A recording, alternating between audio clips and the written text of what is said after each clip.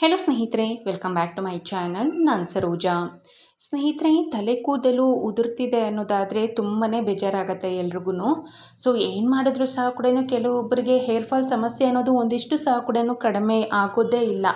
So ಅಂಥವ್ರಿಗಾಗಿರ್ಬೋದು, ಅಥವಾ ನೀವು ಹೀಗೆ ದಾರಿನಲ್ಲಿ ಹೋಗ್ತಾ ಇರ್ತೀರಾ, ಯಾರಿಗಾದ್ರೂ ಉದ್ದವಾದಂತಹ ಜಡೆ ಇತ್ತು ಅನ್ನೋದಾದರೆ ನಮ್ಮ ಕಣ್ಣೆಲ್ಲ ಫಸ್ಟ್ ಅಲ್ಲಿಗೆ ಹೋಗುತ್ತೆ. ಅಯ್ಯೋ, ಅವ್ರ ತಲೆ ಕೂದಲು ಎಷ್ಟು ಉದ್ದ ಇದೆ, ಎಷ್ಟು ಚೆನ್ನಾಗಿದೆ, ನಮ್ಗೆ ಯಾಕೆ ಇಲ್ಲ ಅಂತ.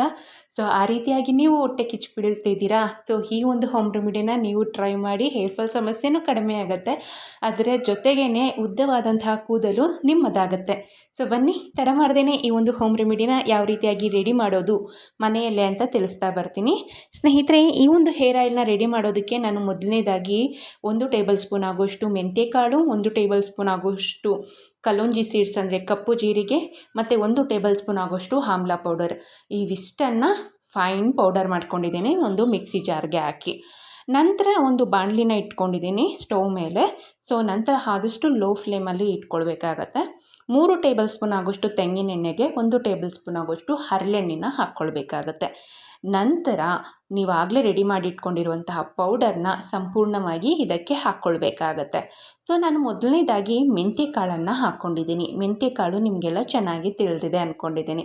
ನಮ್ಮ ತಲೆಗೆ ತುಂಬಾ ಒಳ್ಳೆಯದು. ಮೇಯ್ನಾಗಿ ಏರ್ ಫಾಲ್ ಸಮಸ್ಯೆಯನ್ನು ಕಡಿಮೆ ಮಾಡುತ್ತೆ, ಅದರ ಜೊತೆಗೆ ನಿಮ್ಮ ತಲೆ ಕೂದಲನ್ನು ದಟ್ಟವಾಗಿ ಬೆಳೆಯೋದಕ್ಕೆ ತುಂಬಾ ಹೆಲ್ಪ್ ಮಾಡುತ್ತೆ ಅಂತಲೇ ಹೇಳಬಹುದು. ಅದರ ಜೊತೆಗೇ ದೇಹದ ಉಷ್ಣತೆಯನ್ನು ಕಡಿಮೆ ಮಾಡೋದಕ್ಕೆ ಸಹ ಕೂಡ ತುಂಬಾ ಒಳ್ಳೆಯದು ಮೆಂತ್ಯಕಾಳು. ಕಲೋಂಜಿ ಸೀಡ್ಸ್ ಅಂದರೆ ಕಪ್ಪು ಜೀರಿಗೆ, ನಿಮಗೆ ಇದು ಗ್ರಂಥಿಕೆ ಅಂಗಡಿಗಳಲ್ಲಿ ಮತ್ತು ಆನ್ಲೈನಲ್ಲಿ ಸುಲಭವಾಗಿ ಸಿಗುತ್ತೆ. ಕಲೋಂಜಿ ಸೀಡ್ಸ್ ಮೇಯ್ನಾಗಿ ಬಂದು ಹೇರ್ ಫಾಲ್ ಸಮಸ್ಯೆಯನ್ನು ಕಡಿಮೆ ಮಾಡೋದ್ರ ಜೊತೆಗೆ ನಿಮ್ಮ ತಲೆ ಕೂದಲನ್ನು ಕಪ್ಪಾಗಿ ಬೆಳೆಯೋದಕ್ಕೆ ತುಂಬಾ ಸಹಾಯ ಮಾಡುತ್ತೆ. ಆಮ್ಲ ಪೌಡರ್ ಅಂದರೆ ಬೆಟ್ಟದ ನೆಲ್ಲಿಕಾಯಿಯ ಪುಡಿ ಬಂದು ಮೇಯ್ನಾಗಿ ಹೇರ್ ಫಾಲ್ ಸಮಸ್ಯೆಯನ್ನು ಕಡಿಮೆ ಮಾಡುತ್ತೆ, ನಿಮ್ಮ ತಲೆ ಕೂದಲನ್ನು ಆರೋಗ್ಯಕರವಾಗಿ ಉದ್ದವಾಗಿ ಬೆಳೆಯೋದಕ್ಕೆ ತುಂಬಾ ಸಹಾಯ ಮಾಡುತ್ತೆ ಅಂತಲೇ ಹೇಳಬಹುದು.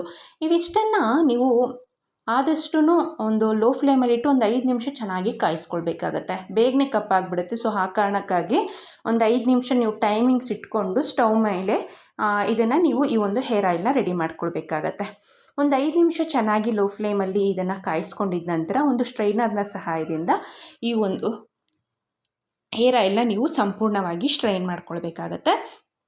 ಸ್ಟ್ರೈನ್ ಮಾಡಿದ ನಂತರ ನೋಡ್ಬೋದು, ನಾವು ಪೌಡರ್ ಮಾಡಿರ್ತೀರಲ್ವ, ಸ್ವಲ್ಪ ಗಸಿ ಅನ್ನೋದು ಹಾಗೆ ಇರುತ್ತೆ, ಪರವಾಗಿಲ್ಲ ಇದ್ರೂ. ಸೊ ಈಗ ಈ ಒಂದು ಹೇರ್ ಆಯಿಲ್ ಅನ್ನೋದು ನಮಗೆ ಸಂಪೂರ್ಣವಾಗಿ ರೆಡಿ ಆಗಿದೆ. ಇದನ್ನು ಯಾವ ರೀತಿಯಪ್ಪ ತಲೆಗೆ ಹಚ್ಚೋದು ಅಂತ ಹೇಳ್ತಾ ಬರ್ತೀನಿ. ಇದರ ಮಧ್ಯದಲ್ಲಿ ನಿಮಗೆ ಒಂದು ರಿಕ್ವೆಸ್ಟ್, ನೀವೇನಾದರೂ ಈ ಒಂದು ಚಾನಲ್ನ ಇದೇ ಮೊದಲನೇ ಬಾರಿ ನೋಡ್ತಿದ್ರೆ ಮತ್ತಷ್ಟು ಬ್ಯೂಟಿ ಟಿಪ್ಸ್ಗಾಗಿ ದಯವಿಟ್ಟು ಈ ಚಾನಲ್ನ ಸಬ್ಸ್ಕ್ರೈಬ್ ಮಾಡ್ಕೊಳ್ಳಿ. ಹಾಗೆ ಪಕ್ಕದಲ್ಲಿರುವಂತಹ ಬೆಲ್ ಐಕನ್ನ ಕ್ಲಿಕ್ ಮಾಡಿ ಹಾಲ್ ಅಂತ ಕೊಡಿ. ಸೊ ದಟ್ ನಾನು ಹಾಕುವಂತಹ ಮುಂದಿನ ಇದೇ ರೀತಿಯಾದಂತಹ ಬ್ಯೂಟಿ ಟಿಪ್ಸ್ನ ನೋಟಿಫಿಕೇಷನ್ಸ್ ನಿಮ್ಮವರೆಗೂ ಬರುತ್ತೆ. ಈಗ ಆಲ್ರೆಡಿ ಯಾರ್ಯಾರು ನನ್ನ ಚಾನಲ್ನ ಸಬ್ಸ್ಕ್ರೈಬ್ ಮಾಡ್ಕೊಂಡಿದ್ದೀರೋ ಅವ್ರಿಗೆಲ್ಲ ಸಹ ಕೂಡ ಹೃತ್ಪೂರ್ವಕವಾದ ಧನ್ಯವಾದಗಳು. ಏನಿಲ್ಲ ಸ್ನೇಹಿತರೆ, ಈ ಒಂದು ಏರ್ ಆಯಿಲ್ನ ನೀವು ಆದಷ್ಟು ಫ್ರೆಶ್ ಆಗಿ ರೆಡಿ ಮಾಡಿ ತಲೆಗೆ ಹಚ್ಕೊಳ್ಬೇಕಾಗತ್ತೆ. ತಲೆಗೆ ಸ್ನಾನ ಮಾಡೋದಕ್ಕಿಂತ 3 ಗಂಟೆಯ ಮುಂಚಿತವಾಗಿ ಈ ಒಂದು ಹೇರ್ ಆಯಿಲ್ನ ತಲೆಯ ಬುಡಕ್ಕೆ, ತಲೆ ಕೂದಲಿಗೆಲ್ಲ ಹಚ್ಚಿ 3 ಗಂಟೆ ಆದ ನಂತರ ಉಗುರು ಬೆಚ್ಚಗಿನ ನೀರಲ್ಲಿ ಹೇರ್ನ ವಾಶ್ ಮಾಡ್ಕೊಳ್ಬೇಕು. ಸೊ ಇದೇ ರೀತಿಯಾಗಿ ವಾರಕ್ಕೆ 2 ಬಾರಿಯಾಗಿ ಈ ಒಂದು ಹೇರ್ ಆಯಿಲ್ನ ಹಚ್ಚೋದ್ರಿಂದ ನಿಮ್ಮ ತಲೆ ಕೂದಲು ಅತಿ ವೇಗವಾಗಿ ಬೆಳೆಯೋದಕ್ಕೆ, ಹೇರ್ ಫಾಲ್ ಕಡಿಮೆ ಮಾಡೋದಕ್ಕೆ ತುಂಬಾ ಹೆಲ್ಪ್ ಮಾಡುತ್ತೆ. ಸೊ ಇದಿಷ್ಟು ಈ ವಿಡಿಯೋ ಆಗಿತ್ತು. ವಿಡಿಯೋ ನೋಡಿದಾಗ